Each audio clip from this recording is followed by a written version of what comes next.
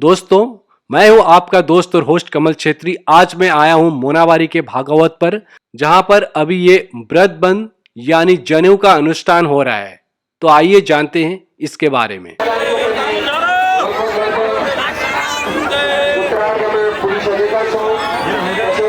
दोस्तों, व्रत बंध एक रस्म है जो लड़के को अपनी शादी से पहले करनी होती है। यह अनुष्ठान उनकी जाति के पारंपरिक कानूनों, औपचारिक भूमिकाओं और रीति रिवाजों को सिखाने के लिए किया जाता है। नेपाली कम्युनिटी में इसे मर्दांगी की शुरुआत माना जाता है। किसी भी पुरुष को उसके व्रत बंध से पहले शादी की अनुमति नहीं। दोस्तों, ये व्रत बंध हमेशा ब्राह्मण पुजारियों द्वारा किया जाता है। दोस्तों, पंडित जी लड़के से गुप्त मंत्र की प्रतिज्ञाएं कराते हैं।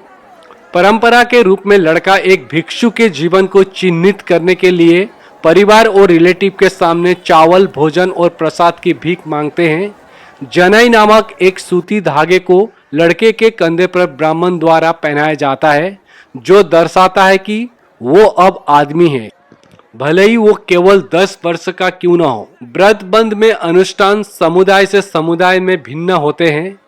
हिंदू समुदाय में व्रत बंध के दौरान अनुष्ठान लड़के के निर्वासन भगवान राम के वनवास का प्रतीक का प्रतिनिधित्व करते हैं, जबकि बौद्ध समुदायों में अनुष्ठान लड़के द्वारा सांसारिक सुखों को त्यागने और भिक्षु बनने का प्रतिनिधित्व करते हैं।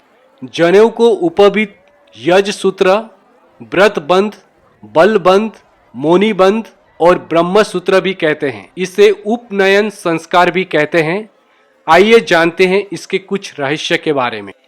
क्यों पहनते हैं जनेऊ? दोस्तों, हिंदू धर्म के 24 संस्कारों में से उपनयन संस्कार के अंतर्गत ही जनेऊ पहनी जाती है।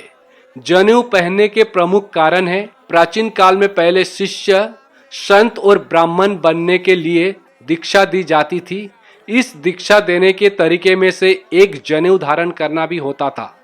दूसरा कारण दूसरा जन्म यानी पशुता को त्याग कर मनुष्यता ग्रहण करने को दूसरा जन्म कहते हैं। तीसरा कारण जनेऊ से पवित्रता का एहसास होता है। दोस्तों, यह मन को बुरे कार्य से बचाती है। कंधे पर जनेऊ है, इसका मात्र एहसास होने से ही मनुष्य बुरे कार्य से दूर रहने लगता है। जनेऊ हर हिंदू धारण नहीं करते, कुछ कम्युनिटी के लोग ही इसे धारण करते हैं, जैसे ब्राह्मण, क्षत्रिय आदि लोग। और नेपाली कम्युनिटी में मैक्सिमम लोग जनेऊ धारण करते हैं, जो धर्म के नियम पर चलने के लिए उत्सुक है। दोस्तों, किसी भी बालक को जनेऊ तब तक तो धारण करवाना ही चाहिए जब तक कि वो शिक्षा ग्रहण कर रहा है। दोस्तों, बालक की आयु वृद्धि हेतु गायत्री तथा वेद पाठ का अधिकारी बनने के लिए जनेऊ संस्कार प्राचीन काल में बहुत महत्व था। आज भी हिंदू समाज के कई वर्ग जनेऊ धारण करते हैं। मल मूत्र विसर्जन के पूर्व जनेऊ को कानों पर कसकर 2 बार लपेटना पड़ता है। इसके कारण यह जनेऊ अपवित्र नहीं होती है। दोस्तों, लोग कहते हैं कि यदि जनेऊ के सभी नियमों का पालन किया जाए तो इससे जीवाणुओं और कीटाणुओं से बचाव होती है। गुर्दों की सुरक्षा होती है, क्योंकि जनेऊधारी बैठकर जलपान और पेशाब करते हैं। इससे हार्ट डिजीजेस और ब्लड प्रेशर कंट्रोल में रहता है। स्मरण शक्ति बढ़ती है।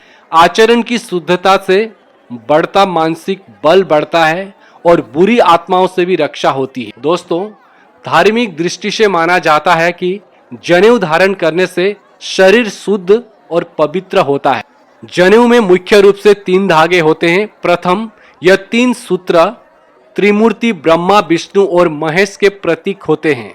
द्वितीय, यह 3 सूत्र देवऋण, पितृऋण और ऋषि ऋण के प्रतीक होते हैं।